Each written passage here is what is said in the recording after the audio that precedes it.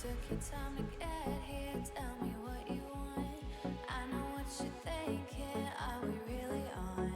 Tell me how it feels and baby, come on, come on.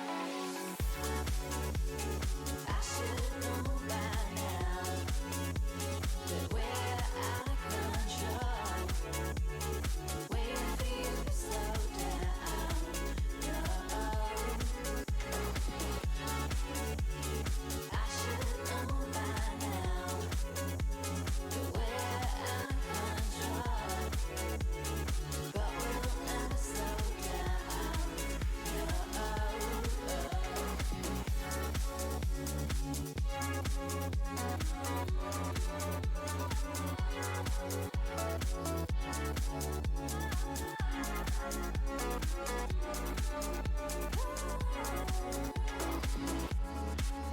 from the real thing, drinking out. Don't know what you're thinking, you don't really show. Tell me how it feels, and baby, come on, come on.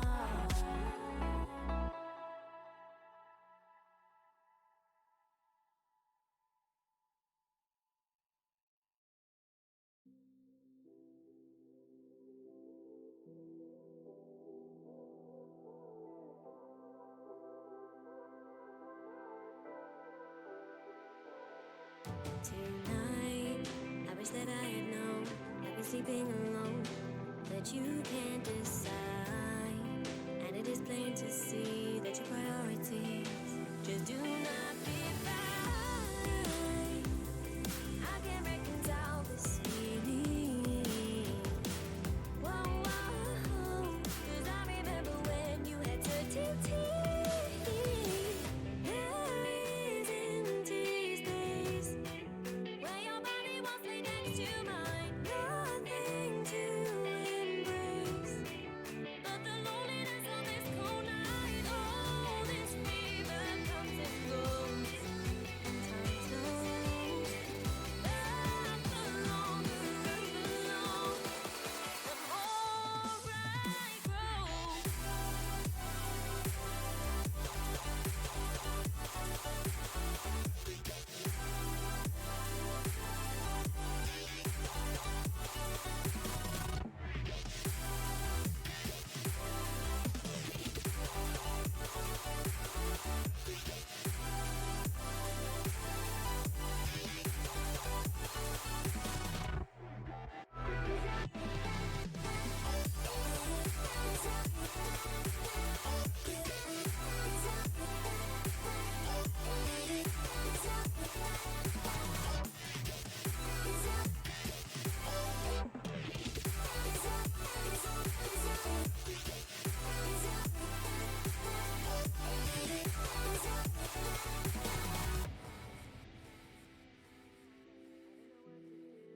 Trying to get over you, but you can't decide if you're still wanting me.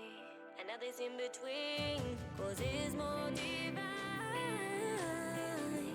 I can't reconcile this feeling, 'cause I remember when you had certainty. There is empty space where your body won't stay next to mine. Nothing to embrace, but the loneliness of this cold night. Oh, this fever comes and goes. Time slows. The longer I belong, the more I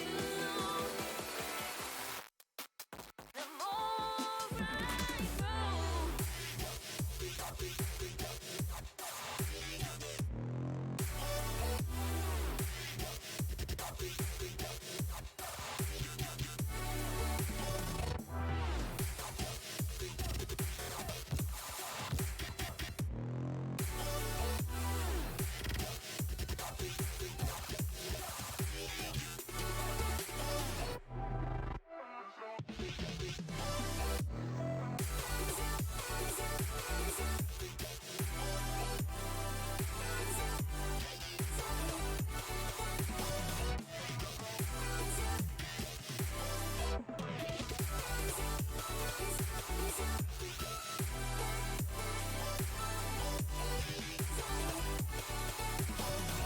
Oh, this fever comes and goes, and time slows. But the longer I'm alone, grow.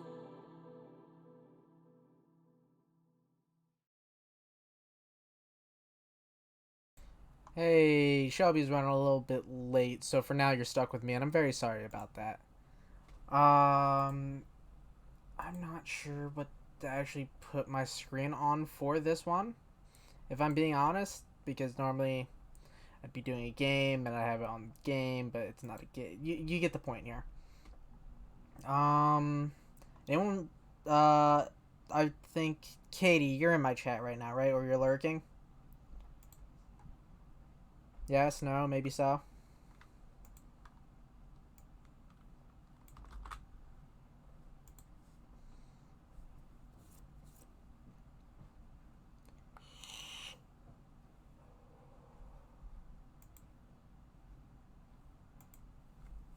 I should probably move this a bit closer to me just for some clarity.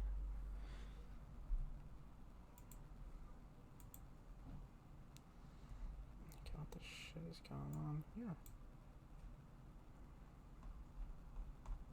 I'm also realizing I'm gonna need to change the link on my excuse me, on my advertisements, because normally I just copy and paste the same fucking link, but that's not gonna work now since I changed my name. I guess Katie's not in my chat. Do I have any mods in chat right now?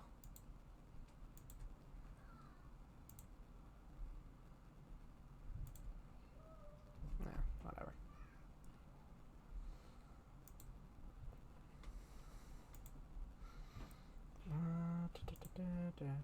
We'll flip it over to the just chat and screen for now. I don't have a camera right now, so it's just going to be an orange box, and I'm sorry about that. Actually, I can change that. Hold on.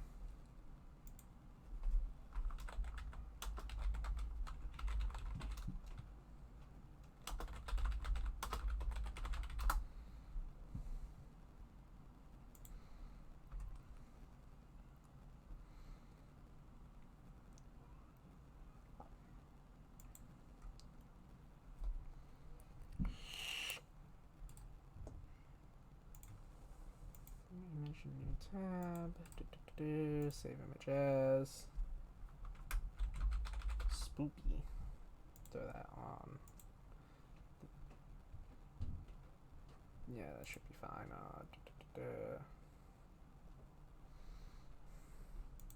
Add new source.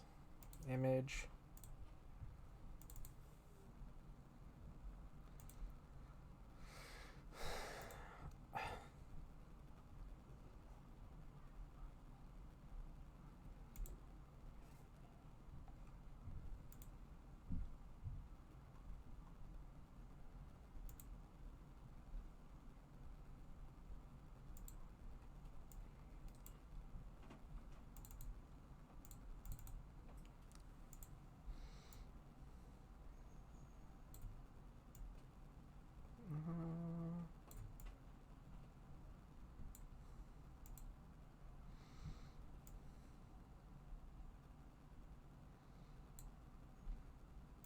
Perfect.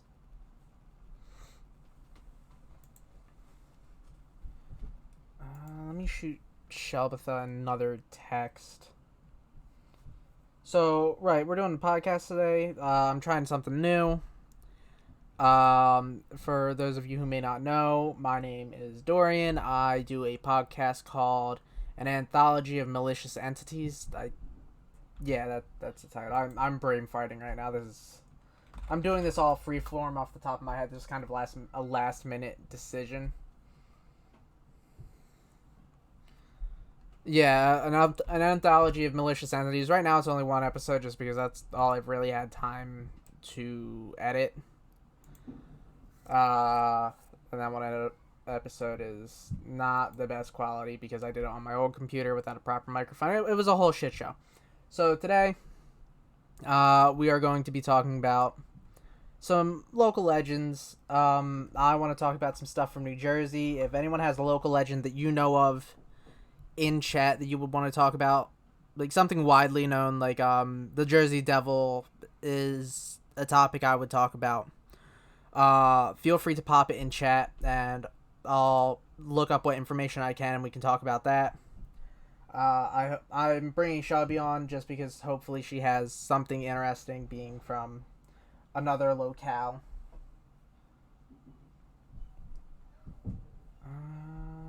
Right.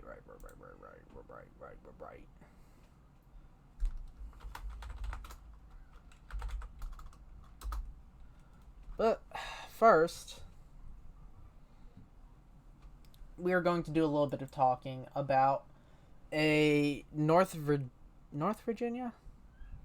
a Northern Virginia legend or lore. Not really quite a legend. There is so the thing I always want to talk about is, or the thing I always want to say when I talk about local legends and like myths and monsters and stuff, is that all of the stuff, all the stories that get passed down through generations, always has some kind of basis in truth or in fact or in something that actually happened. A lot of the time it's someone taking a story and twisting it into something. It's something to try and explain what they don't understand about it. You see that a lot of the times in mythological stories, like the Greek gods were basically used to explain how the world worked in a time when science wasn't where it's at now, where we can look up at the sky, and be like, oh well, thunder is caused by difference in air pressure and temperature and all these other complicated factors. Back in the day, it was just like, oh, someone's angry, you know.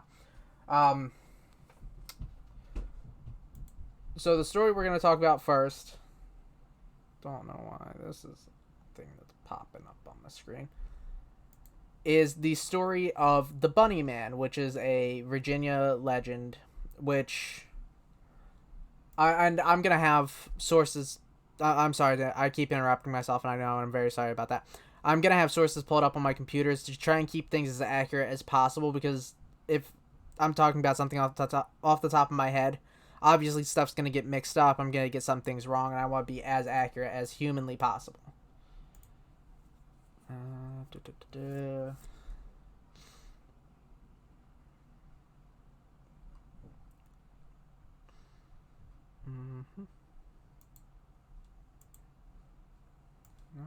put that on the side for a reason. That's still... It's not going to let me read chat. Okay.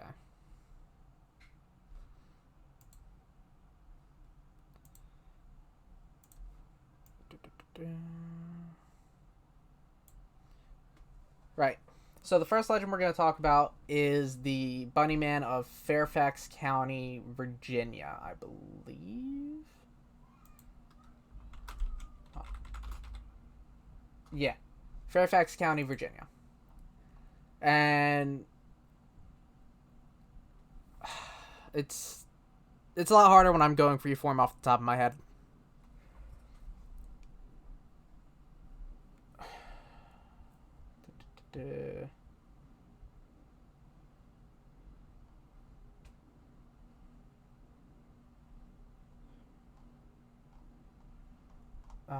The website I'm using is the pile of dog shit, which is...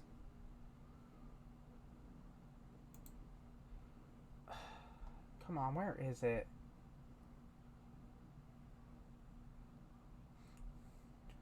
Okay, so the thing about the Bunny Man is there are a bunch of different details that come out about it. The two most basic versions of the story being where an insane asylum just outside of Fairfax County is closed, and a busload of inmates are being transferred from there to another institution when the bus either crashes or is stopped and dangerous inmates escape. And over time, all but two of them are found. They escape, and it's believed that these two inmates are hiding in the woods. And despite a manhunt, they managed to stay off of the radar of the authorities for weeks and weeks on end. And the only evidence they really found were half-eaten rabbits at campfires. And this went on for weeks, leading into months, until one of them was found dead, hanging from the overpass of a bridge, which comes into the legend a little bit later on. The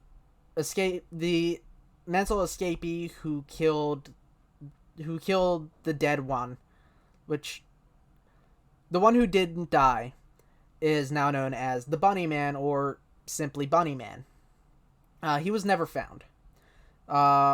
Some legends say that he was killed by a train, and that his ghost continues to haunt the overpass. The other version of the story starts with a teenager who's out of his mind, and one day puts on a white rabbit costume and murders his entire family, and then hangs himself from the overpass. So this overpass is a constant in the Bunnyman lore, so to speak. And now it's said that his spirit haunts the bridge and chases down visitors with an axe and disembowels them. All kinds of gruesome stuff. The standard local legend, hey, have you heard about such and such area? Really crazy shit happens here. You see it in any small town in America. But this legend comes with a body count. Apparently, according to stories and legends, 32 people have died at this bridge. And this bridge in Fairfax isn't the only place where the Bunnyman has been spotted. He's been spotted in rural Maryland and in Washington, D.C. And when he's not just straight up murdering people, he's chasing children with an axe, attacking people in their cars, and vandalizing property.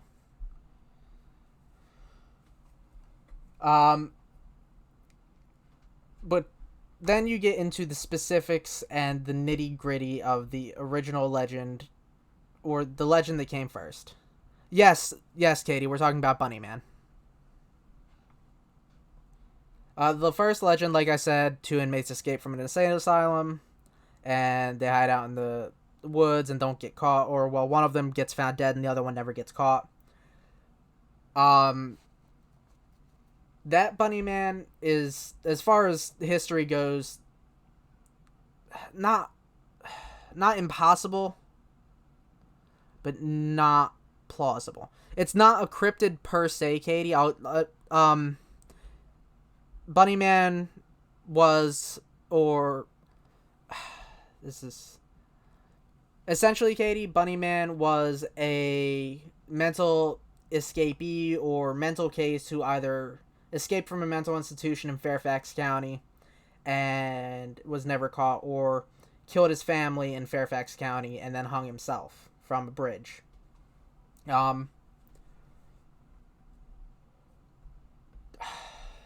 But no insane asylum ever existed near Clifton, Virginia, which is in Fairfax County. And there's no record of a local teenager dressing up in a rabbit outfit and murdering his entire family. And according to all accounts, no one's ever hung themselves from the Bunnyman Bridge as it's known locally. No homicides have occurred there either, so it's a lot of, like I said, it's very much one of those places you hear about, especially if you live in a small town where it's just like, yo, have you heard about this place? It's really creepy and a lot of people have died there, but when you really start to look into it, it's really just a case of, oh, well, I see why people would have these legends, but it's not true. But like I said, real life often inspires folklore and fiction. On October 22nd, 1970, a curious story appeared in the Washington Post titled "Man in Bunny Suit Sought in Fairfax." According to this news report, a young man and his fiancée were in their car on Guinea Road, about 7 miles east of the overpass that's now known as Bunnyman Bridge. And while they were in their car, for whatever reason, doing young person things, they were accosted by a man who they claimed was dressed in a white suit with long bunny ears. This man claimed they were trespassing on his property, threw a wooden-handled hatchet through the right front window of the car, and skipped off into the night. Which is, I mean, that's one hell of a way to make your exit. That's for fucking sure. And then apparently things were quiet for about a week, and then the Axeman with bunny ears emerged once again, about a block away from where the first incident had occurred. Except this time, he was standing on the porch of a newly constructed house, hacking away at a roof support with his hatchet. And he was caught in flagrante. I say in flagrante, but he was fully clothed. You get the point. He was caught by a man named Paul Phillips, who was a private security guard for the construction company in charge of building this house. He said he saw the rabbit standing on the front porch of a new but unoccupied home, and he started talking to him because, you know, your first instinct when you walk up on some psycho with an axe hacking away at a house is to have a conversation with him over a nice cup of tea. You know? Just fucking sit down and chill. But anyways, Phillips says I started talking to him, and that's when he started chopping. Phillips goes on to say, all you people trespass around here, the rabbit said, as he whacked 8 gashes in the pole. If you don't get out of here, I'm going to bust you on the head. At this point, Phillips did what any rational person would fucking do. He went back to his car to get a handgun, but the rabbit ran off into the woods, once again taking his axe with him. But this undoubtedly unhinged man in the rabbit costume with the axe was never identified, never caught, never questioned. No one knew who the fuck this guy was. All they know is that some rando in a bunny suit with an axe came out of the woods and was not happy. Which, I mean, I wouldn't be happy either if I was wearing a bunny suit, but that's my own personal thing. But it's pretty... I don't want to say it's pretty obvious, but it's a pretty fair assumption that this is where the Bunnyman legends started. This didn't only happen in Fairfax County. Oh no, it did only happen in Fairfax County. I'm sorry. I'm reading and trying to speculate on my own here. It's a process. But the beginning of the local legend and the timing of these events line up almost perfectly. The reports were initially published in the newspaper in 1970, and around that same time was when people in Fairfax and Clifton started to whisper about the Bunny Man and his legend. But that doesn't really get into the bridge.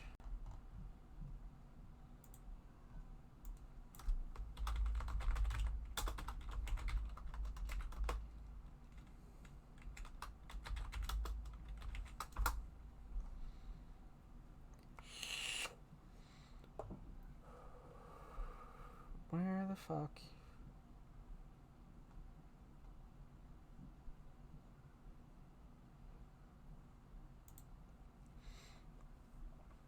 So, as I said earlier in the legend, there's this overpass in Clifton in Fairfax County known as the Bunnyman Bridge.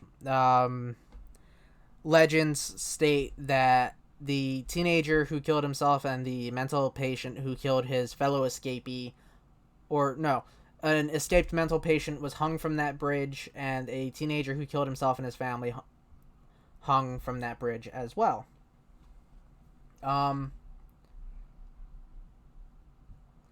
But, again, those are just, as far as anyone knows, just stories.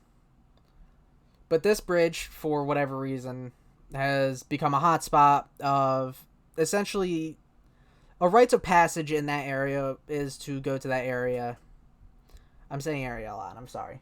A rite of passage in Clifton, from what I can understand, is that you go to the Bunnyman Bridge and you taunt the Bunnyman into appearing and killing you, because teenagers are fucking stupid. Let's get that out of the way. And if you're a teenager, I'm sorry, but that's just how it is. Legend states that if you walk all the way down the tunnel at around midnight, the Bunnyman will grab you and hang you from the entrance of the bridge. And people have claimed for years and years and years that strange deaths and phenomena are connected with the Bunnyman Bridge. For example, a young man from Clifton came upon the bridge while traveling and later reportedly killed his family and dragged their bodies into the woods to hang them from the bridge. Or in 1943, 3 teenagers, 2 men and a young woman, were at the Bunnyman Bridge for Halloween night. The 3 youths were all found dead, hung from the bridge with their bodies slashed open. The typical gruesome urban legends. And all of these victims, or all 3 of these victims, had notes attached to their feet saying, "You'll never catch the Bunnyman."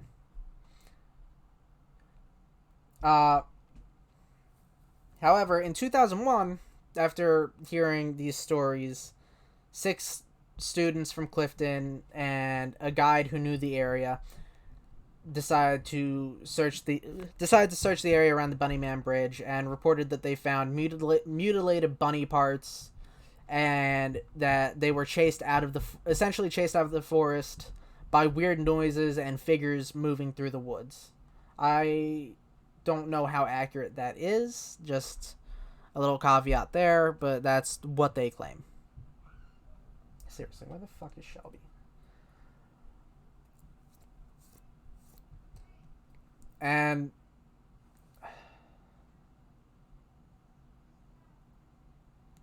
so yeah, essentially Bunnyman is a local legend who blew up from one specific story, and that's how a lot of local legends really start. There's one specific story that starts it all off, and it kind of just snowballs from there. Hold on, I'm sending Shelby another text.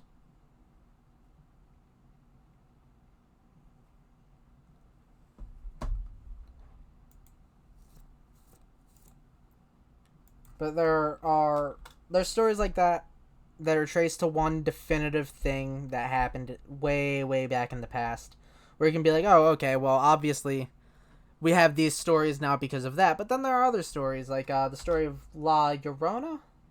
I believe I'm pronouncing that correctly.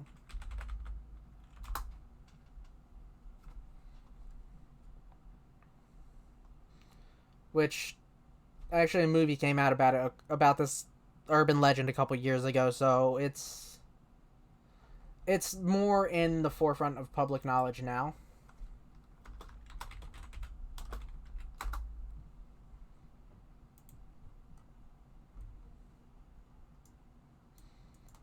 So essentially, the legend of La Llorona, which is a Spanish legend, and I believe La Llorona translates directly to the crier.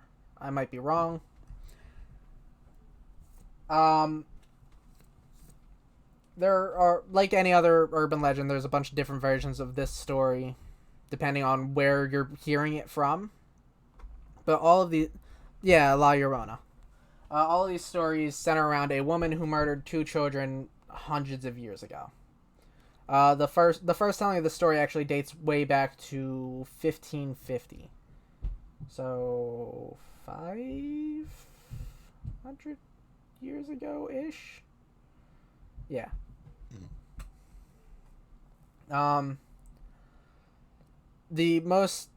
She does wear white, yes. In the most popular and most well-known version, there is a widow who lives in a poverty-stricken town with her 2 children.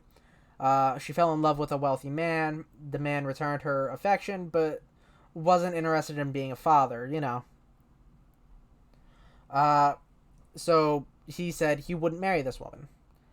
And in her desperation to be with him and feel his affection, I guess, she led her children down to the river near her town and drowned them both.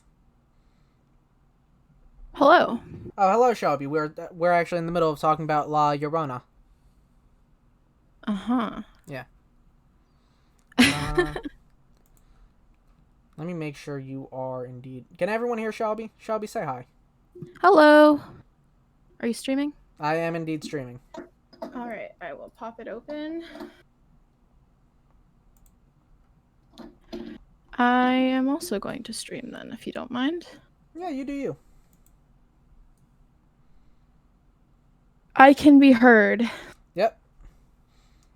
Shelby is indeed audible. This is my lovely co-host, Shelbatha. Hello. I brought her on because she also has a propensity for weird shit. Yee. And I figured it would be a good idea to have someone else talk, so it's just not my voice grating on your nerves. Yeah, that's helpful. You missed it. We talked about the Bunny Man. Honestly, some of the stuff that you're throwing at me right now, I'm not familiar with. Really? Yeah. The Bunny Man is. I'll fill you in on the Bunny Man later. That's a whole You get the fucking. whole conversation Yeah, again. that's a whole fucking bunch of shit. That's like half an hour of me bullshitting. Okay, well, Uh, you're good. Luckily, you came in just at the beginning of La Llorona, the Crier, which is a Latin American myth. Mm-hmm. Bringing Shelby up to speed here. I'm sorry if I would repeat anything. Essentially, what happened was a widow living in a small town, a small poor town with 2 children, fell in love with a rich man. Man liked her, but didn't want to be a father because fuck men. Hey, Josh. No, literally, fuck men. Yeah, that too.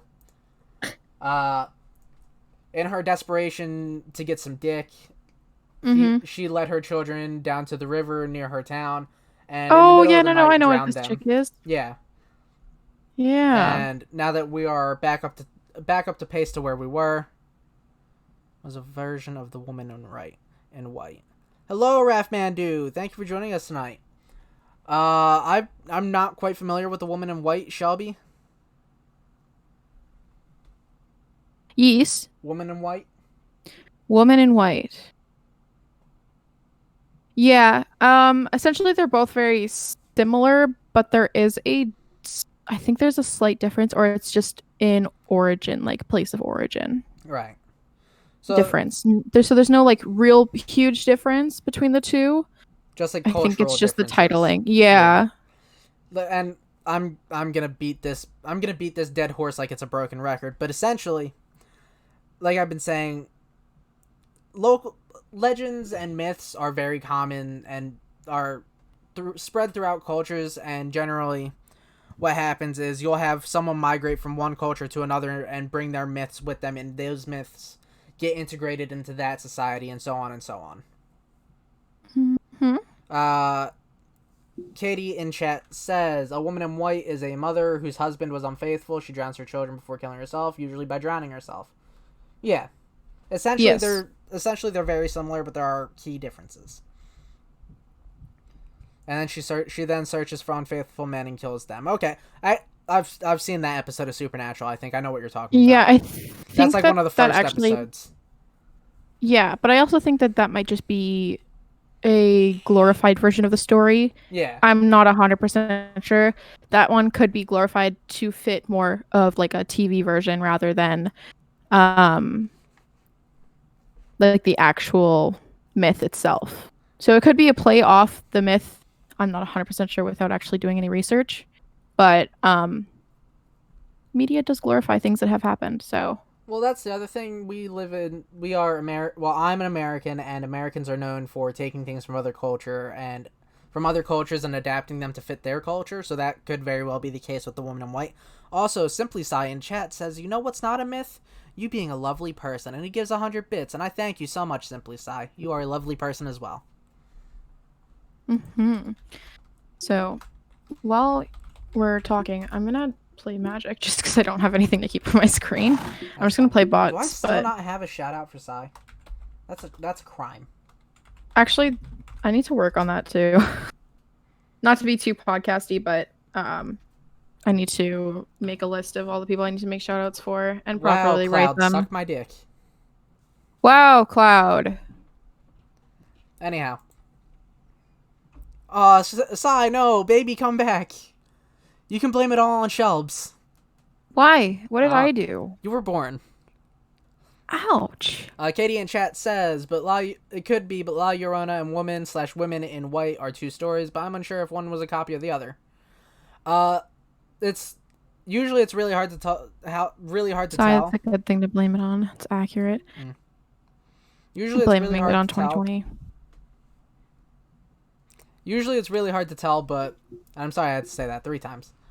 But essentially the best way is to figure out the earliest telling of each story and go from there. Like I said, La Llorona dates back to the 1500s. So I'm fairly certain when I say that woman or women in white is just an American adaptation of the myth La Llorona. Sai, thanks for the bits, dude. Oh, it just went to your chat. I see how it is. Yeah. But Oh, it's fine. picking up But where we thank left you. off in the story of La Llorona. Hey, After dude. she has just absolutely fucking murked her 2 children, she decides that the best course of action is to run straight from the river to the home of the man she loves. And this man was rightfully horrified, and he turned his back on her. And at this point, she I'm kind of gonna like hydrate with some booze. But thanks, Cloud. Sorry. at this point she kind of comes to her senses and realizes, hey, I done goofed, and realizes that she really did a fucky wucky for nothing. And she loses her mind. She runs back to the river, hoping to save her children, but at that point it's too late. And then at this point the legend just says, and then God condemned her to walk the earth for all eternity, searching for her drowned children. And now she's known to haunt many locations throughout the American Southwest, Arizona in particular. Her 2 most notorious stomping grounds are along the banks of the Gila and San Pedro rivers. And essentially the legend in those communities states that she steals the souls of living children, and essentially she's the boogeyman for Hispanic families. It's just like, oh, don't go out late, don't brush your teeth before bed, or La Llorona will get you. Listen to your mother, or La Llorona will steal your soul. That kind of shit, you know.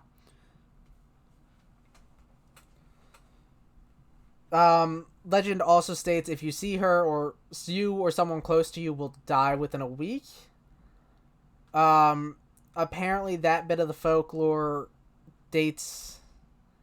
Yeah, exactly.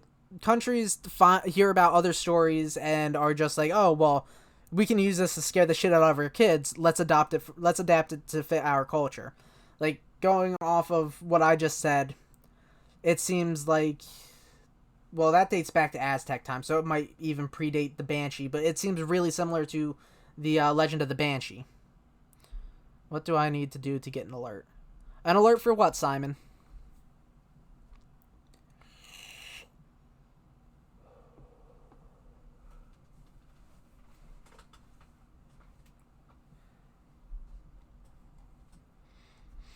Oh, gee, why is that not working, now that I think about it? Streamlabs... No, I have an alert box on this page. I don't know what's going on here.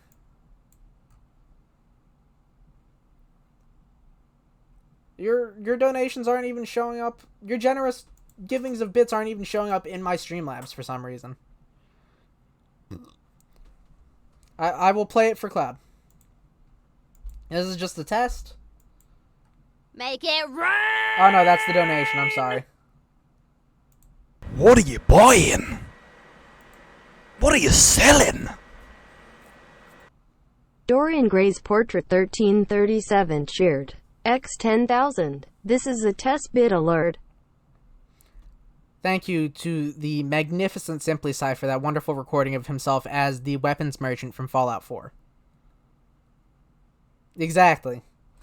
Getting back on track before Shelby comes back and distracts me. Dude, I muted myself so that you could talk. Oh, okay. Thank Being you respectful. For that. I love I'm talking. you. I'm talking to my chat as well while we're all listening to you, and you can talk about the lore and stuff. So, right.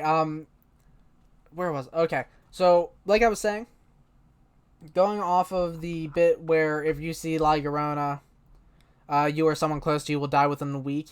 That really reminds me of the Legend of the Banshee. I might be misremembering the Legend of the Banshee, but that seems like really similar.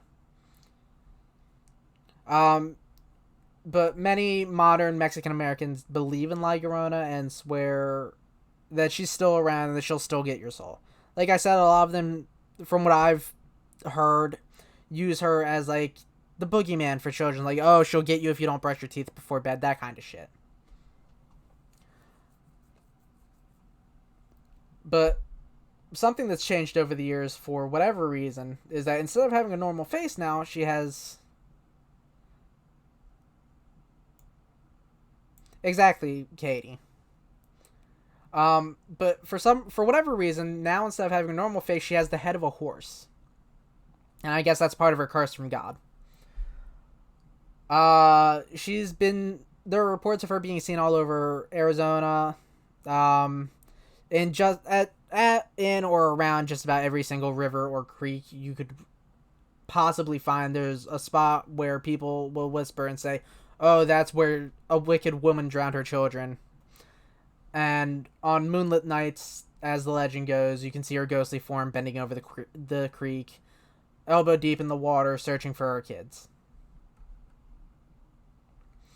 But there are more modern legends that claim to have the actual woman's identity. For example, in northwest Arizona, there is a La Llorona legend that claims her actual name was Launa. Launa? I'm gonna say Launa. I know you're joking, Cloud, but honestly, The Witcher is a great place to learn about folklore and like old mythical beasts. But that's a whole different episode. And the legend is essentially the same. She lived with her lover near a canyon about 3 miles north of Kingman, Arizona. Except in this version, the man had already agreed to marry her and had built a cabin for her and her 2 children. And in this story, the children were his. Launa, however, felt the man gave his daughters too much affection and became really fucking jealous towards them. And so one night, she lured them to the canyon and pushed them over the edge. And then went home and claimed it was an accident to the children's father. And he immediately smelled bullshit and left that crazy bitch, as he should have.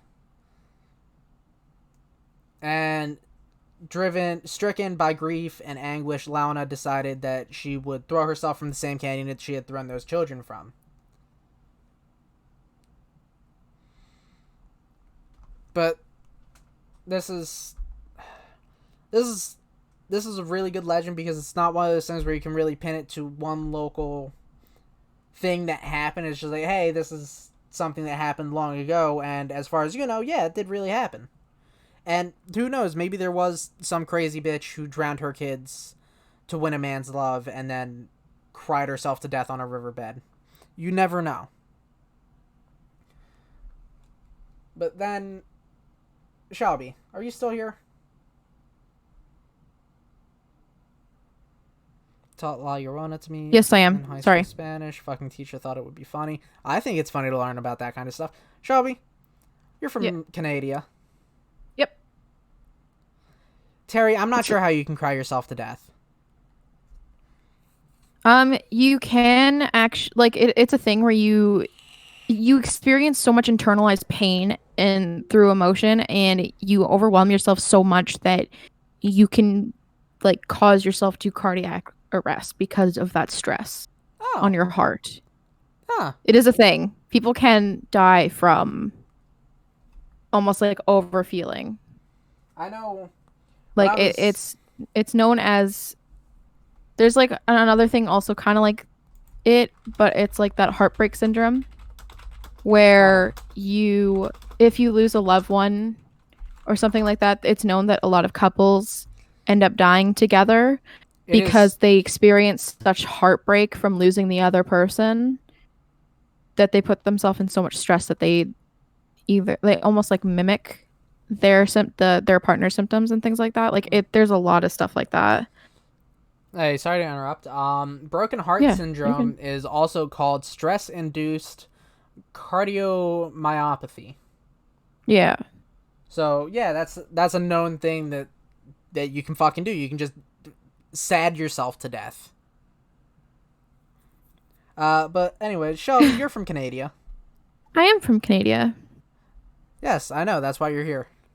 Mm-hmm. You have any Canadian myths or legends you would like to talk about?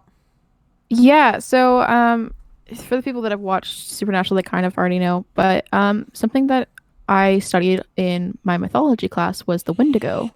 Oh fuck yes. Or the Wendigo, as some people call it. But it is a native folklore, essentially, that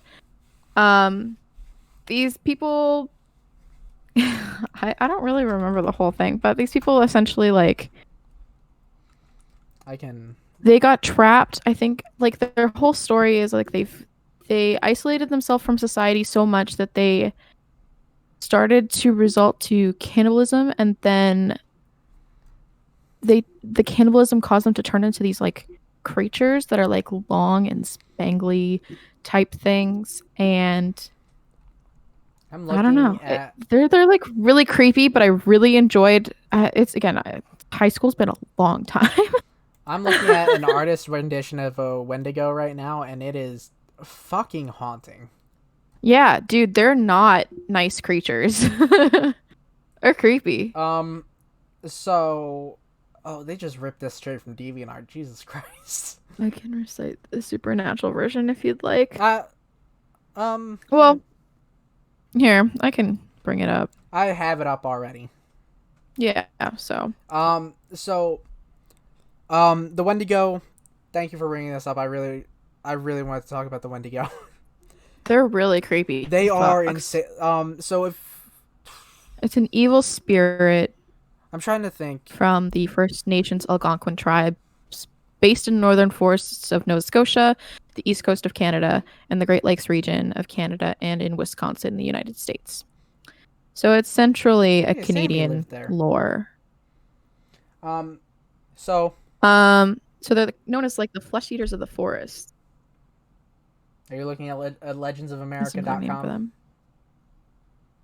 No, I'm just kind of like searching, but yeah, no, I've heard that before. Right.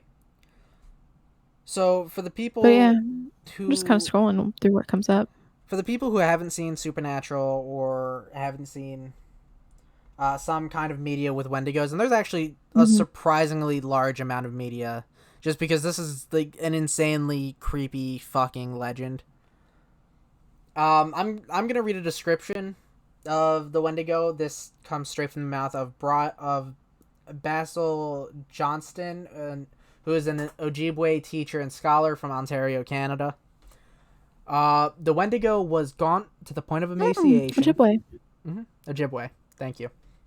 The Wendigo was gaunt to the point of emaciation, its desiccated skin pulled tautly over its bones, with its bones pushing out against its skin, its complexion the ash gray of death, and its eyes pushed deep back into their sockets. The Wendigo looked like a gaunt skeleton, recently disinterred from the grave. What lips it had were tattered and bloody. Its body was unclean and suffering from suppurations of the flesh, giving off a strange and eerie odor of decay and decomposition, of death and corruption. Creepy. Yeah. So, the Wendigo is primarily an Algonquin legend, which describes the creature as a giant with a heart of ice.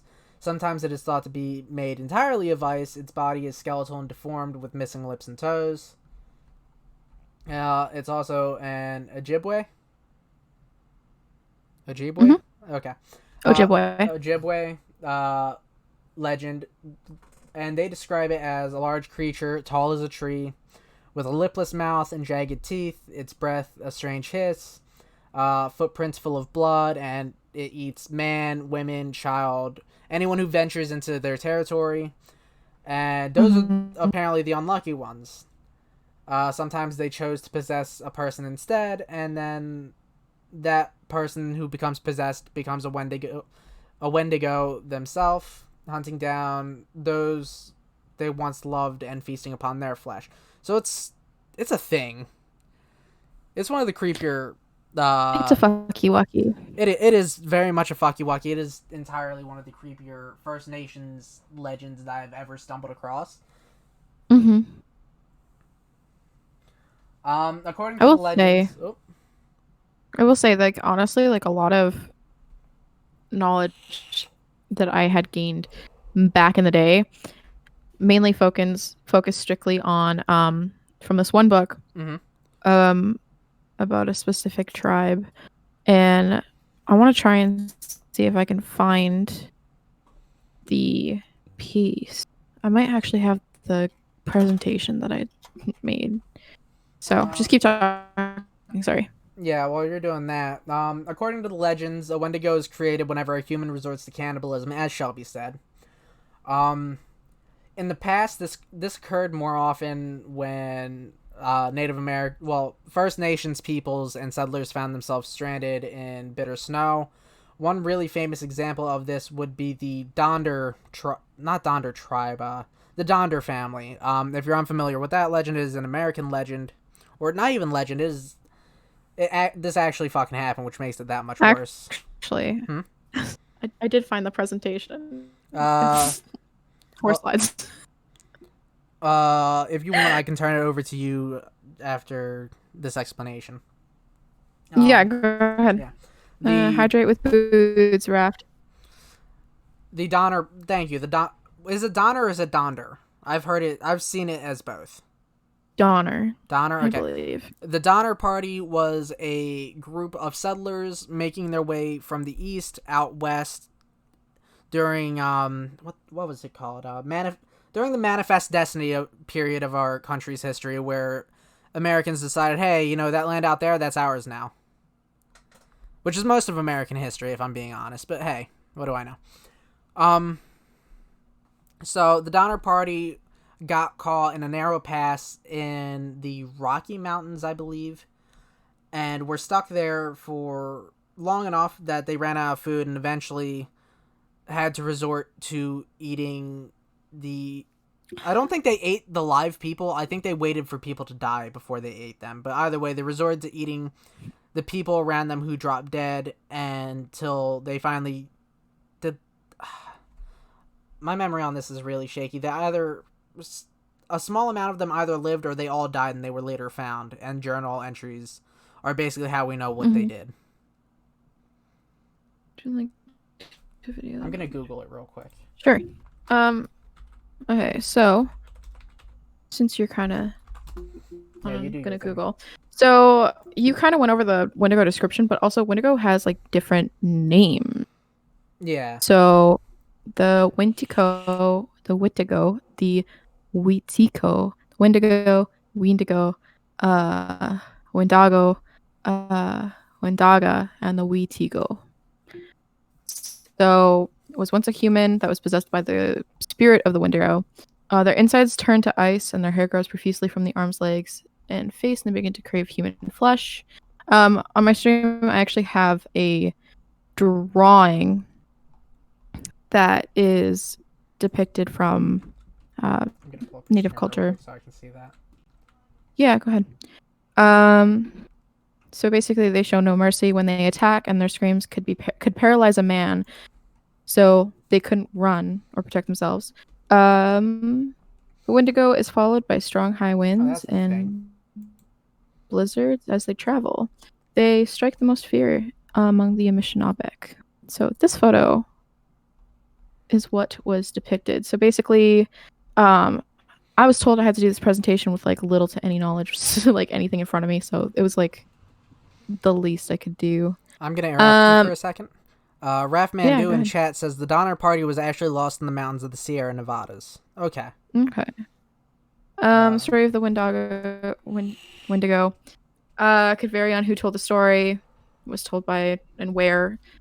So different areas have different stories. So it's kind of like we were saying like earlier, like depending on where you are, you're going to hear different variations of the stories, regardless of the lore.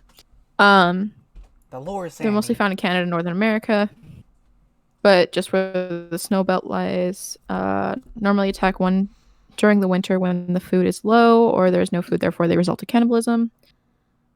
So to result in cannibalism, it is known as punishment that you would get possessed by the Wendigo spirit. So if people resort to cannibalism, then they would get cursed, essentially. They attack one village, family, and children of their tribe before moving on to another settlement, but the Wendigo would only run in a straight line. And they can only be turned around by a medicine man. So a medicine man is a person who is believed to have magical powers of healing and of seeing into the future. So basically like a shaman. Also known as I'm going to butcher this, and I'm sorry, a Ma Mandoan Nine, or Nina. Not Nina, but It's Nina. yeah, you get one. Yeah, it's Nina. God damn it, Nina. So Ojibwe is a large group of Algonquin Anishinaabeg who extend from the Salt Ste.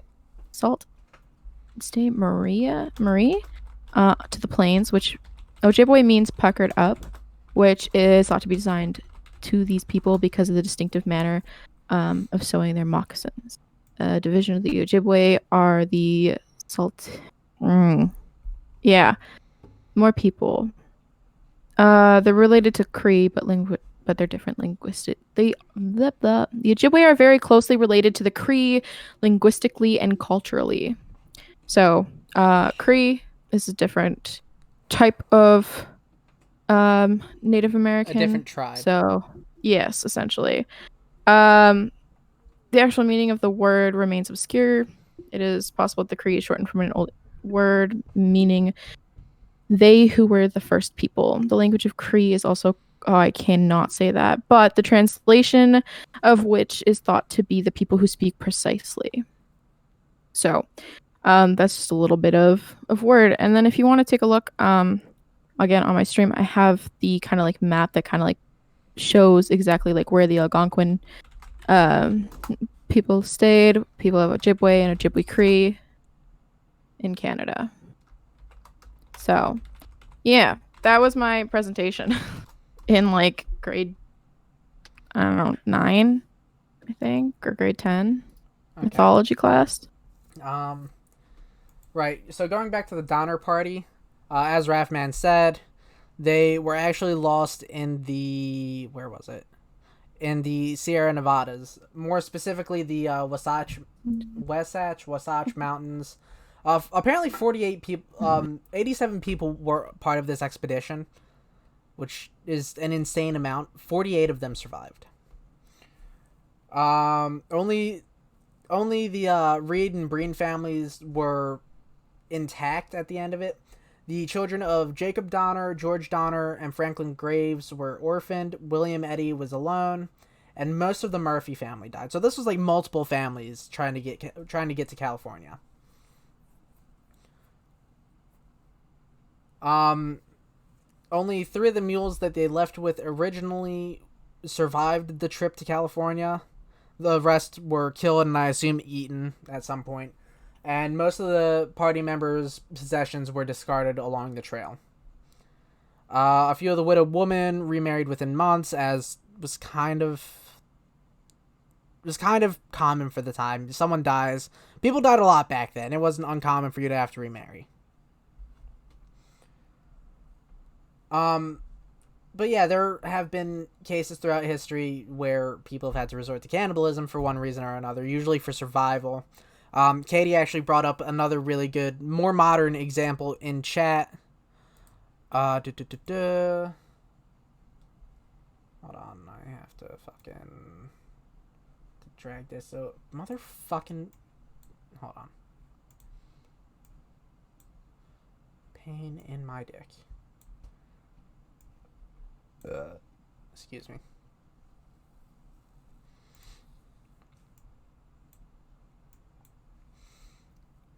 And that's gonna do that. Right, as I was saying before, I was so rudely interrupted by my computer. Katie brought up Cece in chat, one of my wonderful moderators, brought up a more recent and more modern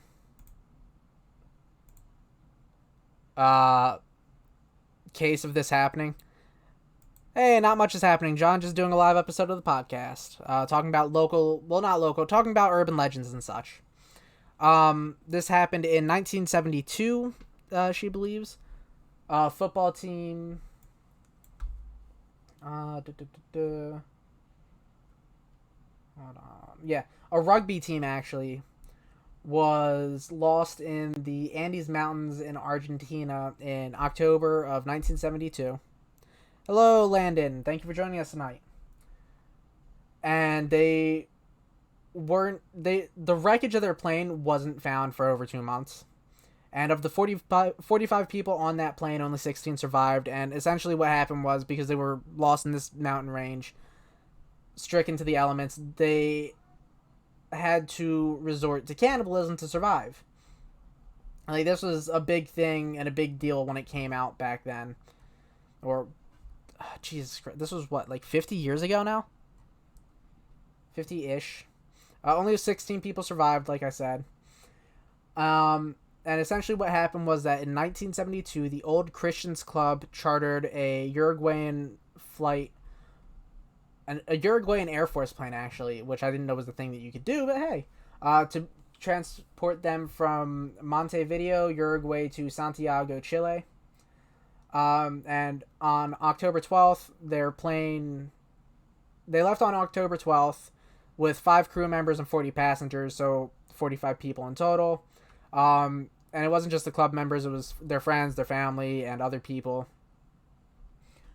Basically, they all got together and chipped in to pay the price of chartering an Air Force plane to get from one destination to the other.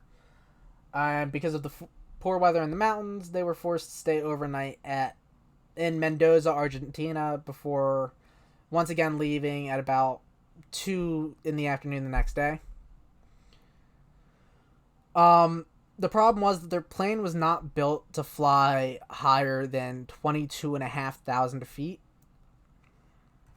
So the pilots plotted a course south of the pass of Planchon. I'm sure I'm butchering the pronunciation of that. And it was thought that at this locale they could safely clear the Andes. But an hour after takeoff, the pilot notified air controllers that it was flying over the pass, and then radioed they'd reached Curacao, Chile. I'm gonna butcher these names because no. About 110 miles south of Santiago, and then he turned north. However, he misjudged the location, and he was still in the Andes, and because he wasn't aware of this mistake, my first emote is finally finished. I'm miles away from my laptop. Can't upload it to stream yet. That's a shame, John. He wasn't aware of this mistake at the time because I guess visibility was so bad he couldn't actually tell where he was. And there was probably some kind of miscommunication between him and their navigator, because I believe at the time they didn't have GPS widely available for commercial planes.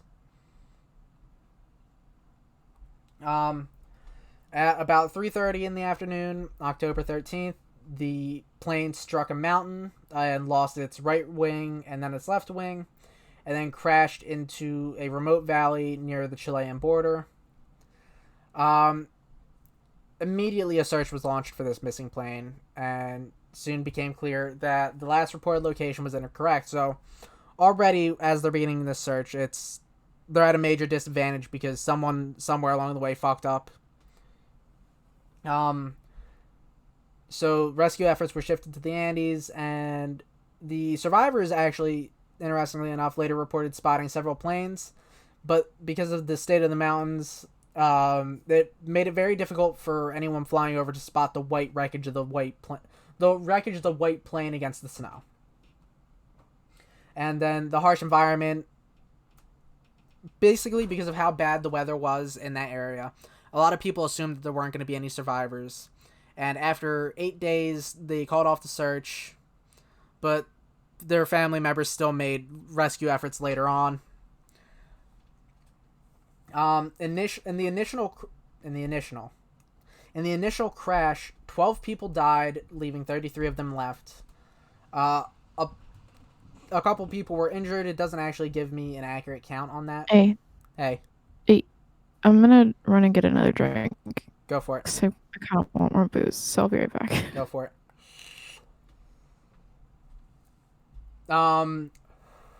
Children, play nice in my chat. Where they were on the mountain was approximately 11,500 feet up, and so the group was faced with rapid snowfall and freezing temperatures. But luckily enough, the plane's fuselage was intact for the most part, so they had some protection from the elements, and they had some food supplies from the plane left over, mostly like candy bars and wine. So like a good Tuesday night, not a good food supply for if you're stranded in the middle of a mountain. But they ran out of that food and that drink in about a week. Reportedly, and when I say reportedly, I mean from what the survivors reported later on. They actually discussed it before starting to eat the dead. And over the next few weeks, 6 more people died. And so, essentially, after running out of food, after a week of being stranded, and realizing, hey, no one's coming for us, they had the discussion of, hey, should we eat these dead bodies? And they decide, yeah, we're going to eat these dead bodies. Which, I mean, yeah, I can understand that. I'm not saying you get me stranded for like 10 minutes and I'll eat someone, but if it gets to that point, it gets to that fucking point. Moral of the story is don't get stranded with me.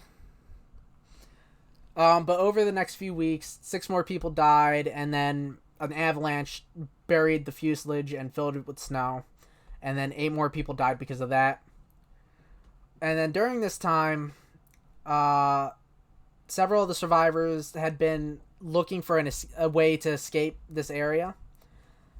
And on December 12th, with just 16 people left, 3 of these survivors set out for help, and only 1 returned. All 3 returned, just 1 came back sooner than the others. I'm sorry about that. The other 2 who took longer to return came across 3 herdsmen in the village of Los Matanes, Chile, on December 20th. However, the Chileans were on the opposite side of a river, the noise of which made it hard to hear. The herdsmen indicated that they would return the following day. Early the next morning, the Chileans reappeared, and the 2 groups communicated by writing notes on paper that they then wrapped around a rock and threw across the river. From what I'm reading here, the survivor's initial note began, "I come from a plane that fell in the mountains," which is one hell of a way to introduce yourself. Shortly after that, the authorities were notified, and on December 22nd, 2 helicopters were sent to the wreckage. 6 of the survivors were flown to safety, but bad weather delayed the 8 others from being rescued until the next day. And then in the aftermath of this, and the resulting media shitstorm that usually follows this kind of stuff, they decided to reveal that they had been forced to commit cannibalism and faced major backlash for this until they faced major backlash over this until one of the survivors claimed, for whatever reason, that they'd been inspired by the Last Supper, in which Jesus gave his disciples bread and wine, and he said were his body and his blood. And apparently people were just like, oh, well, if Jesus says it's okay to commit cannibalism, it's okay to commit cannibalism. Which, solid reasoning, I guess. You know, whatever it takes. But the best part about this is, not only did the public forgive them after this, the church was just like, oh, nah, Jesus would have done it, it's cool. So as long as Big J will do it, you're safe. And then, obviously, a lot of people took this story and adapted it for a number of books and films, including the book Alive, written in 1974. And I'm back. Welcome back. And, of course, that book was also turned into a movie. And several survivors have their own books about it. Howdy. Hi. What's up? So, update, I grabbed another White Claw. Of course you did. And I grabbed some Coca-Cola so I can open up my proper 12 Irish whiskey. I hate so, ready? Yeah. Ugh, I hate you. gorgeous. Let me do a quick ASMR. And then, I hate you. So, we're drinking tonight. You're drinking tonight. Yeah, I think this is gonna be... If we do stuff like these podcasts again, I need booze constantly, I think. That's fair. I feel like one drunkard and then you would be lots of fun. I like being the drunk person. But so right. I don't get drunk. So I got majorly sidetracked. We were talking about the Wendigo.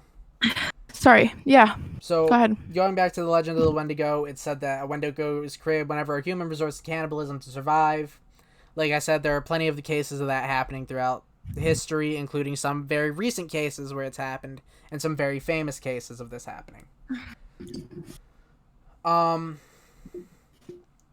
In the past, this occurred more often when First Nations peoples and settlers found themselves stranded in the bitter snow and the ice.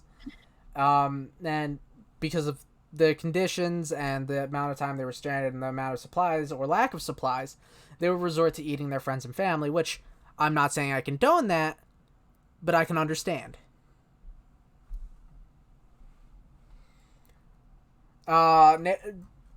Different versions of this creature exist throughout different tribes of First Nations peoples, which I believe is the term we use now.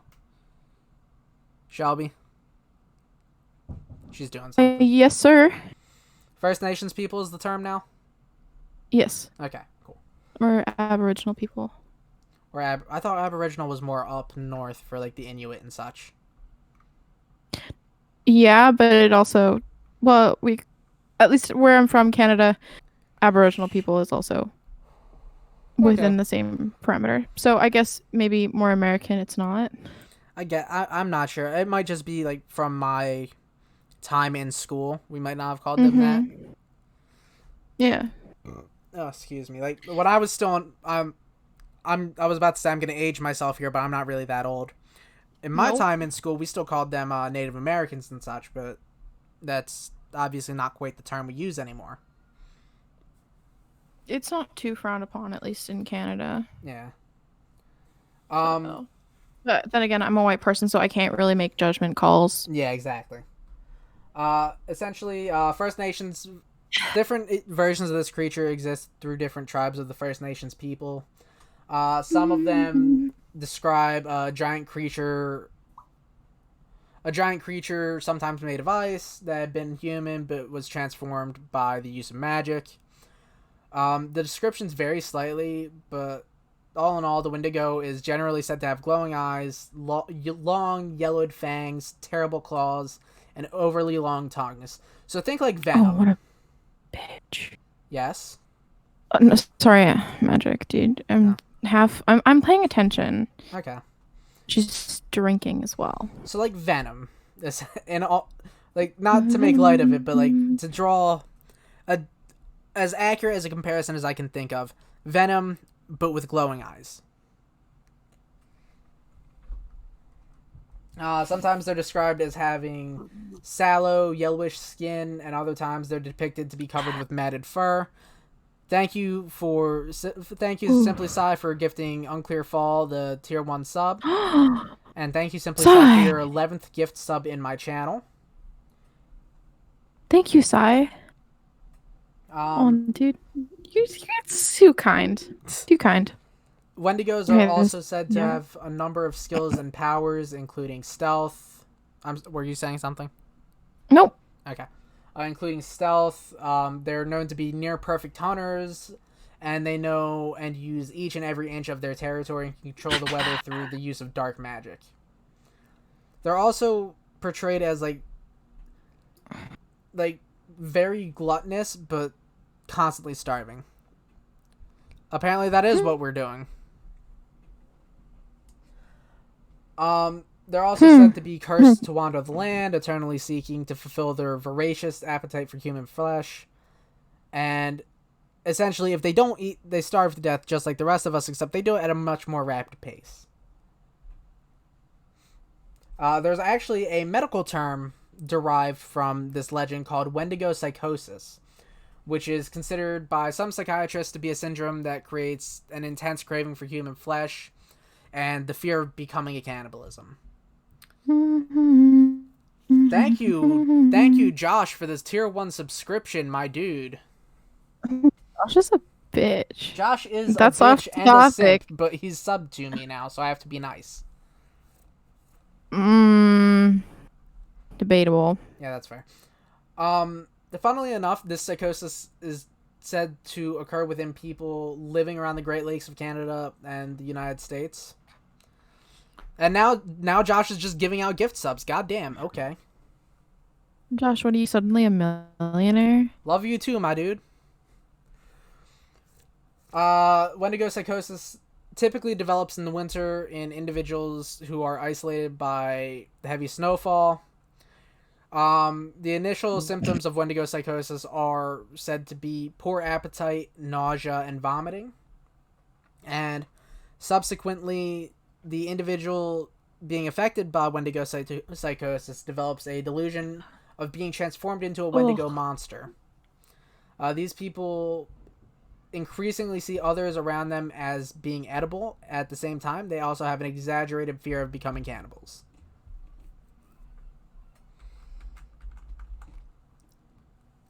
Mm-hmm. In the past, the most common response to Wendigo psychosis, it was a curing attempt by traditional First Nations healers. In these cases, if these attempts failed and the possessed person began either to threaten those around them or to act violently or antisocially, they were typically executed. So think like Old Yeller being taken behind the woodshed, except Old Yeller has a taste for human flesh now. Yep. There is actually a document from the 1600s during the Jesuit, I'm never quite sure. During the Jesuit relations period where Christians were trying to like be chill with the First Nations people, I guess. That's trying, but ultimately failing.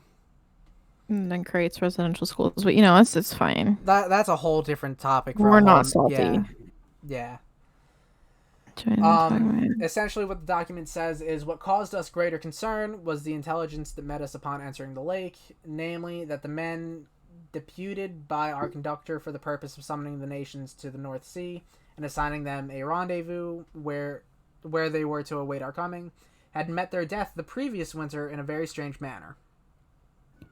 Those poor men, according to the report given to us, were seized with an ailment unknown to us, which is now speculated to be Wendigo psychosis, but not very unusual among the people we were seeking. They were afflicted with neither afflicted with lunacy, hypochondria, nor frenzy, but have a combination of all these species of disease, which lines up with Wendigo psychosis pretty well, which affects their imaginations and causes them a more than canine hunger.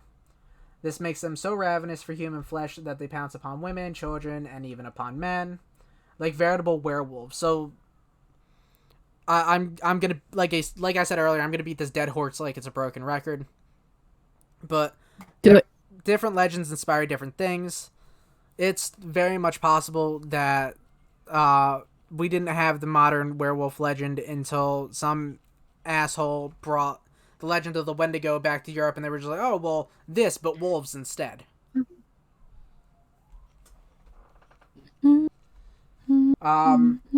devour them voraciously without being able to appease or glut their appetite, ever seeking fresh prey, and the more greedily, the more they eat. This ailment attacked our deputies, and as death is the sole remedy among these simple people for checking such acts of murder, they were slain in order to stay the course of their madness.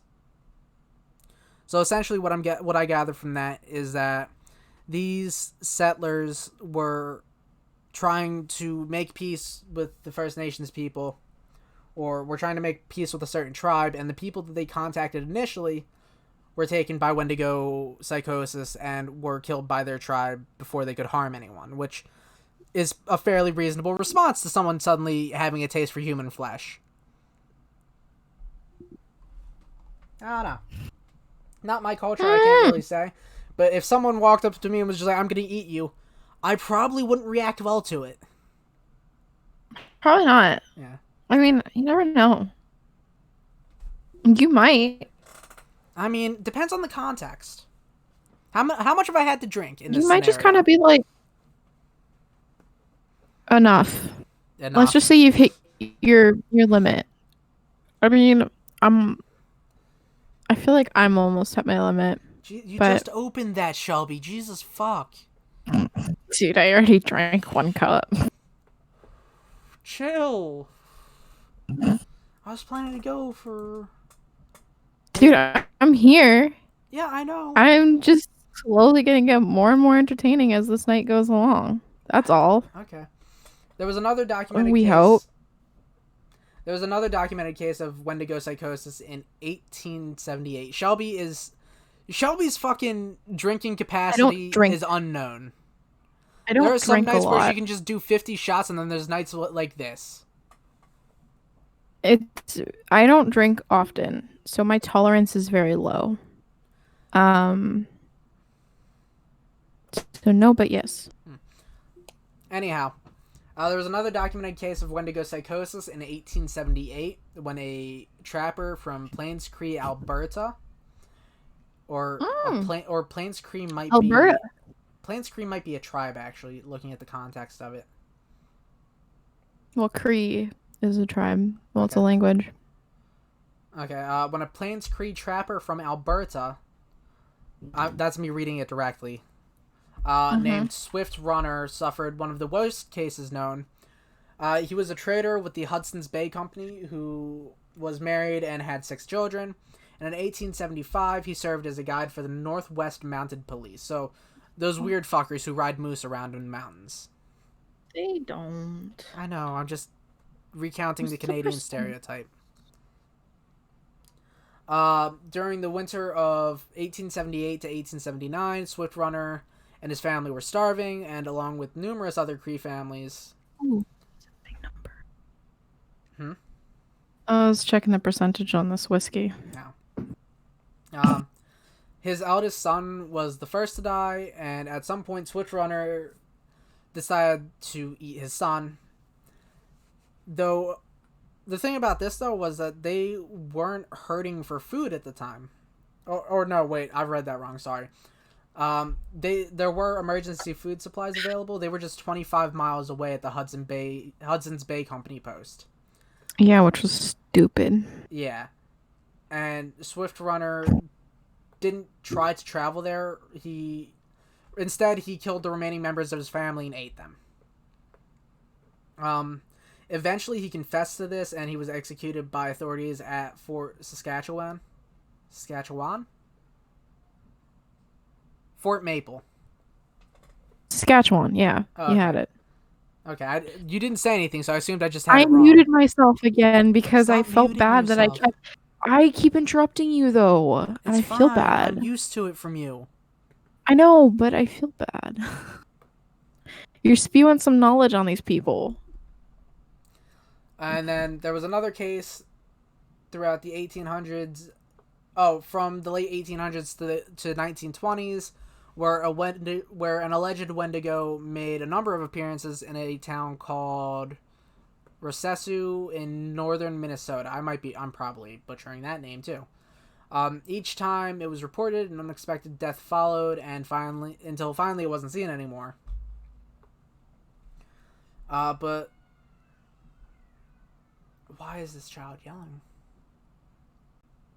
An actually very well-known... Nice! I hope Davis doesn't have nightmares about this. An actually very well-known case of Wendigo psychosis was Jack Fiddler, who was an OG Cree chief, and Medicine Man... Oh, you know this story? Mm-hmm. Okay. He was I'm not telling it though. I I'm know. good. He was an OG Cree chief and medicine man who was known for his powers at defeating Wendigos. He claimed to have killed 14, or defeated, it doesn't say killed, defeated 14 Wendigos during his life. Same thing, different name. Yeah. Some of these creatures were said to have been sent by enemy shamans, so apparently they're... legends same get thing. weird. Legends get weird. Medicine men and shamans are like the same thing. I know that. Sure. I'd never heard of... I've heard bits and pieces of this. I'd never heard that part of it, though. I didn't realize Wendigos or shamans could just be like, hey, yo, Wendigo. Go fuck this guy up. I didn't know that was a thing. Yeah, they basically had like this... Their, like, ability was basically to tell the Wendigo to fuck off because they were so in tune with the spirits that, like, the use of the curse that got put on people for becoming cannibals, Like Russia. they were so strong-minded Mhm. that it didn't like Kesha, that it didn't like Thanks for fuck. taking a moment to think about that. I'm like losing my train of thought. I'm sorry. That's fine. But yeah, what I'm trying to say essentially is that medicine men were stronger because they were so in tune with the elders as well as just themselves. Yeah. Continue. Right. And others were members of his own band who had been taken with the insatiable, incurable desire to eat human flesh. In the latter case, Fiddler was usually asked by family members to kill a very sick loved one before they turned Wendigo. Fiddler's own brother, Peter Flett, was killed after turning Wendigo when the food ran out on a trading expedition. Hudson's Bay Company traders, the Cree, and missionaries were well aware of the Wendigo legend and often explained it as a mental illness or a superstition. Regardless, several incidents of people turning Wendigo and eating human flesh are documented in the records of the company itself. So, this is a well-known thing that happens. In 1907, Fiddler and his brother Joseph were arrested by the Canadian authorities for murder. Jack committed... Wow. Yeah, because, in the eyes of the law, they were just straight up murdering people. Mm-hmm. You know? And instead, what the law would rather do is just lock them up in a mental institution where they would die the slow and painful way instead. Mm-hmm. But that's another discussion. Canada. Yeah, America too. Jack ended up committing suicide, but Joseph was tried and sentenced to life in prison. He was eventually granted a pardon, but died 3 days after in jail before he was even notified of his pardon. Mm-hmm. Yeah. All right, if I get 3 people to redeem the hydrate thing in my chat, I'll down the rest of my drink. Please don't. 3 separate people. I'll make it a little bit more challenging. Once the 20th century rolled around, the frequency of Wendigo psychosis decreased by a lot. A lot of people attribute this to the First Nations peoples coming into greater and greater contact with Western ideologies. I suspect it's just that they don't talk about it as openly anymore for obvious reasons. Probably not. Yeah. However, there are still sightings of Wendigos reported, especially in northern Ontario, near the Cave of the Wendigo, which is apparently a fucking thing that I did not know about until just now. I'm guessing you know something about that? Very little, but... Okay, well, when I go upstairs to get a drink, you can talk about that then. Oh, no. Oh, yeah. Okay. No, I'm going to ramble about something else because I'm drinking. I think that's more fun. Near the Cave of the Wendigo and around the town of Kenora? Kenora! I've been there. Oh, have you? How is it? It's really pretty. Nice. Kenora is basically built up around a bunch of forested area. Mm-hmm. And it's got a bunch of little islands everywhere, and it's really pretty. Really pretty. So a vacation spot. Or not really. Yeah, there's okay, so this I kind of remember this place like a hyper dream, but a fever dream, not a hyper dream. But I used to go to this camp that was on an island in Kenora, and it had its own little ghost tale to the camp, where essentially across the lake there was this abandoned house where a man lived, and he would take kids who I swear they just said this to scare us, but they would take kids who didn't sing around the campfire. Yeah, no. Kids that would go into the lake past a certain hour. Totally a made up thing. But this house was genuinely really creepy and run down right across from where the camp was. It was definitely an abandoned place. But then another counselor went into this whole speech about how the reason why it's so run down is because the cops ended up finding bones in the closet. Right. And a man still living in the house. I don't know. It was weird. I really need I need someone to verify this story for me, because that beats all of my creepy camp stories by a long shot. I don't even, but like that's the thing. Like I talk about like going to the camp and stuff like that. My mom's like, "That's not even a thing. You never went there. Like, there's no such thing." And I'm Damn. okay, mom. Thanks. Doesn't creep me out any more than it needs to. Okay. But right around the town of Kenora, where allegedly the Wendigo has been spotted by traders, trackers, and trappers, for on and off for decades. Many people in the area still believe that the Wendigo roams the woods and prairies, and a lot of people in Minnesota still believe in this as well. Kenora, Ontario, was actually given the title the Wendigo Capital of the World. Cool. So that's fucking cool. Didn't know that one. And apparently there's still sightings of the creature in that area to this day.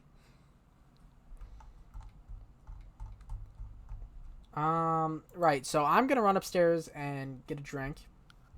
Okay, I don't want to play this one anymore. I hate people that play blue decks. So, Shelby, you're in charge. Ooh, that's dangerous. Oh, I'm well aware. Okay, well, as long as you're aware how dangerous that is, Just try and keep more it on power topic to you. until I get back. Ooh, not happening. Just try, please. Okay. I mean, all right. Alright, I'll be right back. We here. So, I mean, ouch. I hit myself in the face with my microphone. Okay, I'm doing a really good job so far at just continuing to stay intoxicated. But that's not on topic. I told Dorian to stay on topic. Okay. So, again, I learned about the Wendigo back in high school in a mythology class. And this is technically on topic, but I hated that class because of the professor or teacher, whatever the fuck you want to call them. Essentially, she was she played favorites a lot, and she wasn't like subtle about it either. So that was fun. I don't know. The Wendigo has always been like really cool to me. I've also always been fascinated with like the Aboriginal culture, especially in Canada, and things like that. So learning about that stuff was always a lot of fun for me, mainly because I got to learn about stuff that I was kind of already interested in and passionate about. So, it did its job. I did the work. Holy shit.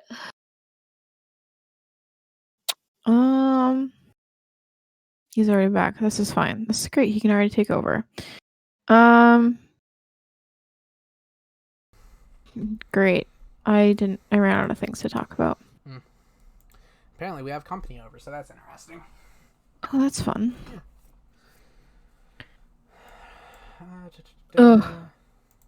What? I'm intoxicated. Oh, yeah, duh. Ooh.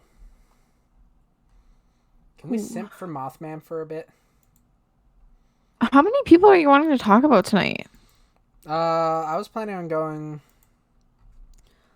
for at least another 20 minutes. Like talking about different people though? Yeah. All right. I'm literally doing this all off the top of my head. I don't have a script written out. I'm just... Yeah, I know. And like, not to say that I'm like concerned or anything, but like, what if you don't have people to talk about in like a week? Oof, Raph, that's a good song. I will in the next 20 minutes, but remind me and I will. Well, that's the thing. Hit that later. If I can actually... Wait, is it even in the thing? That's why I have you here to ramble drunkenly, Shelby. Dude, Raph just decided to... words. Redeem karaoke time. Oof. So in the next 20 minutes, I'll do that.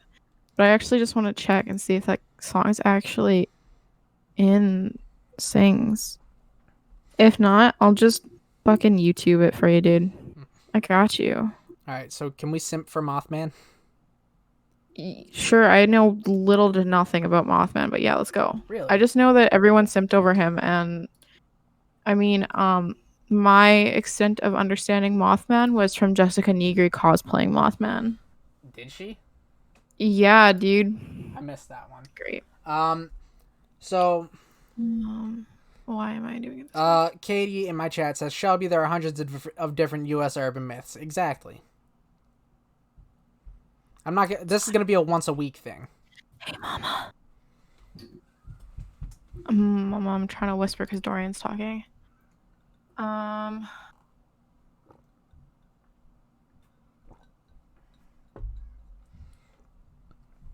don't think it's here. Okay.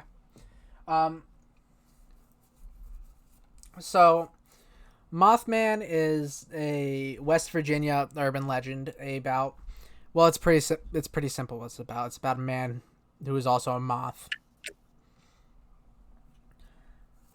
He's gone in recent years. He's gone from like he's gone from like a boogeyman to a pop icon, essentially. And to the point where Point Pleasant, West Virginia has a whole Mothman festival, I believe, and they sell like Mothman memorabilia everywhere in town. Next week, can I try and join? I have no voice right now, but I think the thing I was researching might be easier to do live instead of trying to script it out. Yeah, of course, Katie. But yeah, literally Mothman has a whole fucking festival dedicated to him. And all sorts of people, from the most hardcore conspiracy theorists to kids who want their face painted, attend this. And it's like this weird fucking thing that's really great. But it wasn't always like this. Initially, when Mothman first surfaced, people were terrified of him. And now there's literally a statue in the middle of a park dedicated to the dude. But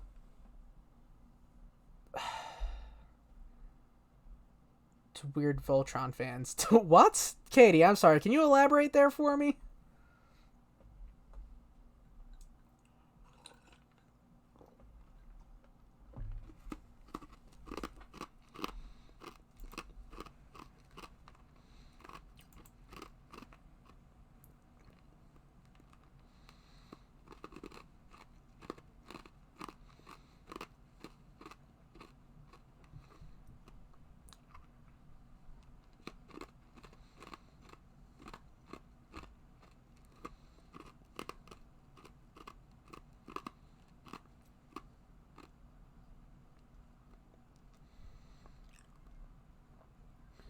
Some Voltron Legendary Defender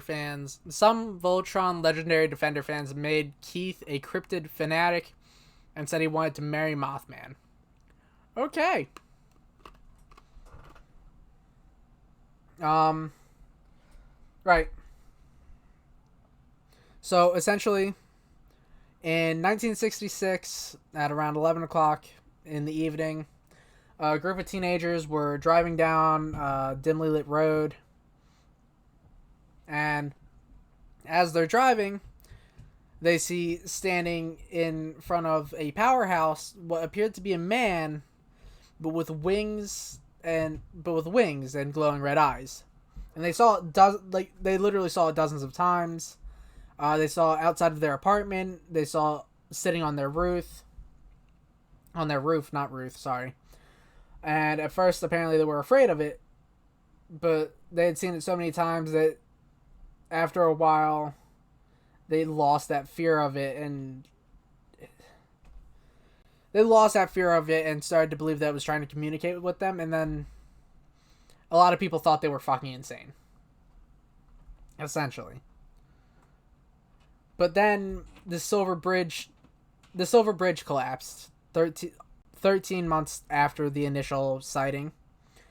And essentially the entire population of Point Pleasant, I believe it is Point Pleasant, right? I'm not getting that wrong. Yeah, Point Pleasant.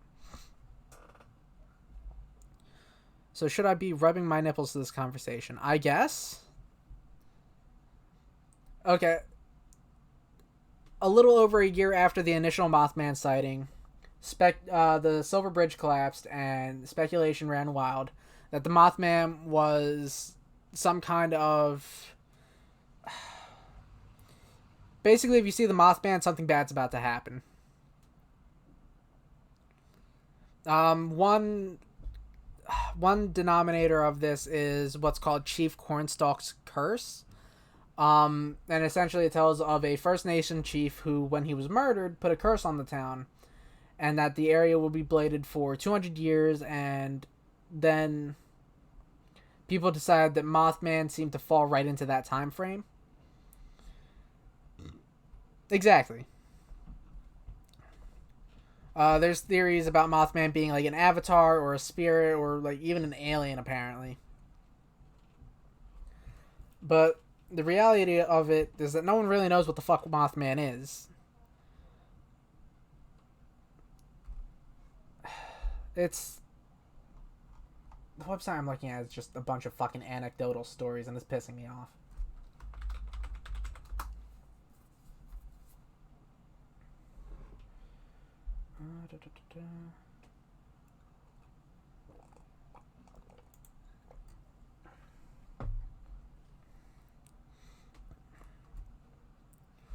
So, right, going back to the initial sighting on November 12th of 1966 in West Virginia, there was a gravedigger working in a cemetery, and he saw something strange.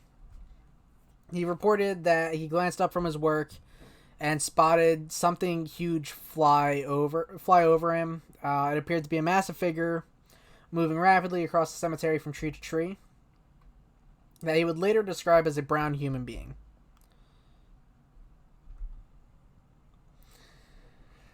That's the first known sighting of the Mothman, or what would come to be known as the Mothman, which is now ingrained in pop culture and weird Voltron fan fictions.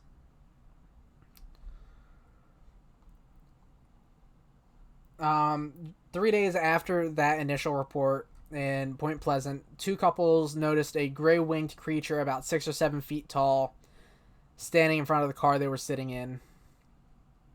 They actually told the local paper about this and reported it to the news and everything. So their names were Roger Scarberry, and the men were Roger Scarberry and Steve Mallet.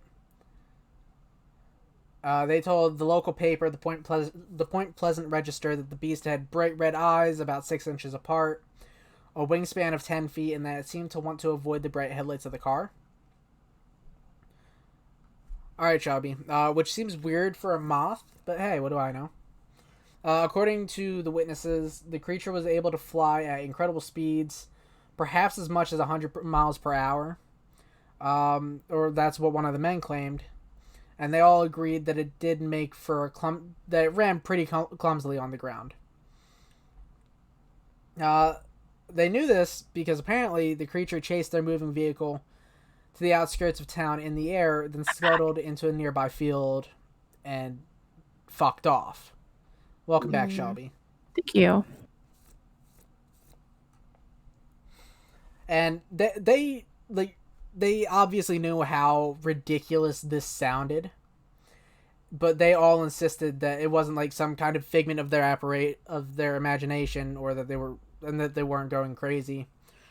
And even told the paper if they had seen it on their own, they wouldn't have said anything. But there were, like they say, there were 4 people who saw it. Which, I mean, group psychosis is definitely a thing that happens, but who knows? Also, this Mothman statue is fucking haunting. Why'd they give this man an 8-pack? Goddamn. All right. At this point, the newspapers were calling it a bird and a mysterious creature, but they did stick with the initial description of it being like a man with wings. And from this initial sighting, more and more sightings snowballed outward. Like I said, group psychosis possibly being a large factor in that. And because they were, yes, Katie, because they were influenced by horny Voltron fans. And as these legends snowballed more and more out of control, the legend of the Mothman took its shape. The Gettysburg Time reported 8 more sightings in the 3 days that followed the first sighting. This included 2 volunteer firefighters who supposedly saw what they described as a very large bird with large red eyes. One sighting in Salem, West Virginia, told of strange patterns that appeared on his television screen, followed by a mysterious sound just outside his home. The man named Newell Partridge decided to go outside and check that noise. I'm going to go ahead and guess that he's white. Hold on. There's his name's a hyperlink on here. And it leads to the Mothman Wikia, which is a fucking thing. Why is there a Wikia for everything?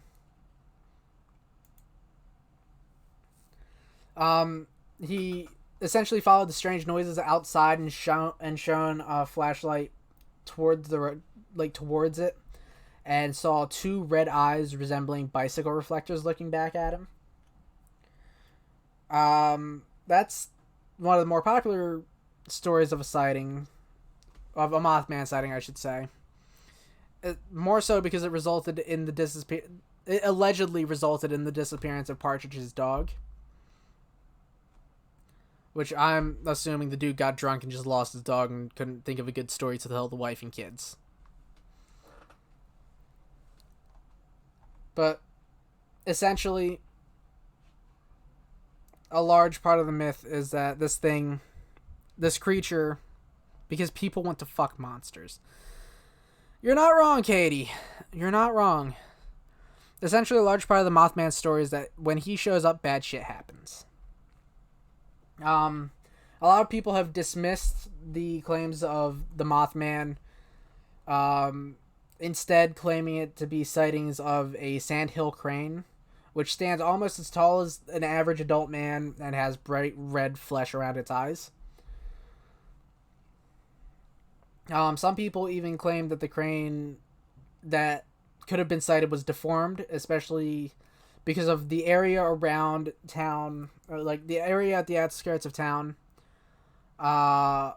was filled with old World War II era bunkers used for manufacturing ammunition, and may have leaked toxic materials into the wildlife preserve. But another Point Pleasant legend states that the creation of the Mothman was nothing more than the work of one very committed prankster who went so far as to hide in the abandoned World War II munitions plant where many of the sightings occurred.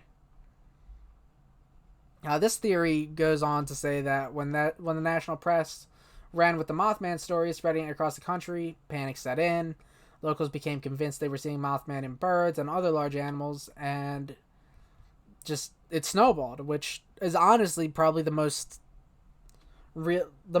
probable cause of what we know as the Mothman today.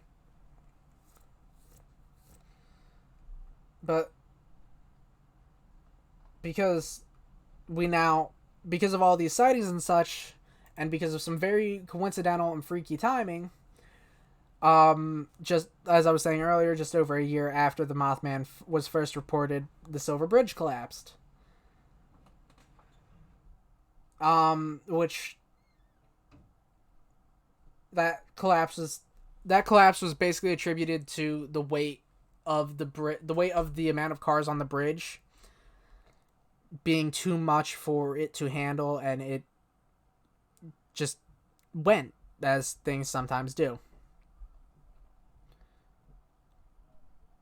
But because of this bridge collapsing and 46 people dying, people now attribute the Mothman as a precursor to bad things that are to come. But then you'll also have reported sightings of the Mothman on that day, and it's a whole bunch of shit. But since then, there haven't been any real sightings of the Mothman other than weirdos dressed up at the Mothman Festival. So, well, and also books and movies, but we don't talk about those.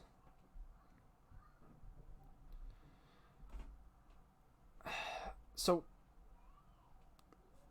essentially, this small town in West Virginia has this local cryptid that they have decided is the harbinger of doom and destruction for whatever reason. And people just want to fuck it. I don't know why. I don't know what the allure is, but people just want to fuck the Mothman, and I'm not here for it.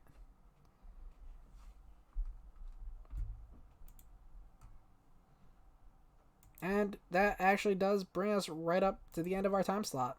Shelby, you still here? Of course. Anything you want to talk about before we go? I finished 2 drinks of my Irish whiskey, and I'm pouring my 3rd. Compelling. Thank you. I don't know. I just didn't really care for the Mothman myth, especially like as it became more popular. I never really cared for it. Wendigos were always my thing. That's understandable. I really love the story of I forget her name, but the woman in white, essentially. You're welcome. Yeah, compelling. Thank you, Sai, for agreeing to his sarcasm. Yeah, I don't plan on changing anytime soon, Sai. I mean, you could. Yeah, but where's the fun in that? Just become more of an asshole. Listen, if I become any more of an asshole, it'll be too much for the world. Hitting people instead of just thinking about it. Yeah, exactly. I'll start killing people. Oh, not even just hitting people, killing people. No, murder. Straight up murder. Yeah, well, that's shimmy shucks. Yeah. Yeah, dude, singing. I'm intoxicated singing. Thanks, Cloud. I will. Okay, sorry, guys. You're all popping in a moment. Okay, go ahead, Doreen, wrap up. I'm going to mute myself again. All right. Anyways, that was episode 1 of the live portion of our podcast. This is a little bit of an experiment, something I wanted to try and do.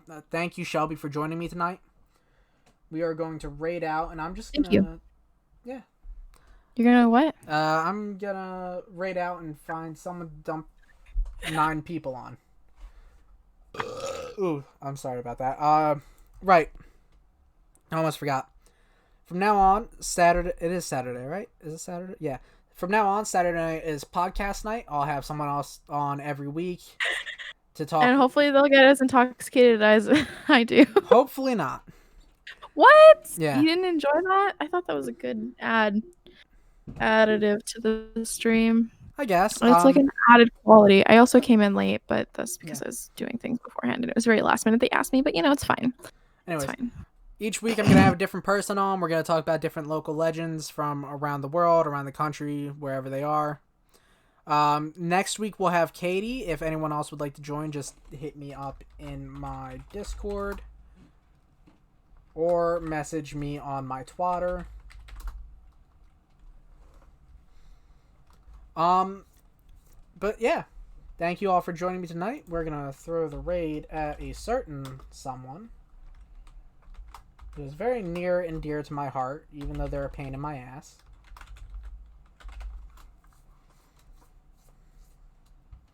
Is it Sub? Yeah, it is. Yeah, Sub is also a pain in my ass. Except he's not online right now, so I guess it's going to Josh. Ew. That's even worse. It is. You're welcome. Thank you, Simply Sigh. Sigh, you're great. Thank you, Simply Sigh, for the fucking gift sub to Never Changed. He gifted a sub to Compelling in mine. God damn it. Oh, dude, this is great. All right. Ugh. We're going to raid out. Disgusting. Raid out to Josh, of all people. Listen, shut up. We're going to raid out to Josh. He's a good friend of mine. He's playing Call of Duty Modern Warfare currently. He's a bit of a simp, but we deal with it. Have a wonderful night, y'all. I will see y'all tomorrow. Bye. I'm going to stay streaming on mine, so whatever. Okay. I'm going to join in the raid, though, and bullshit at Josh.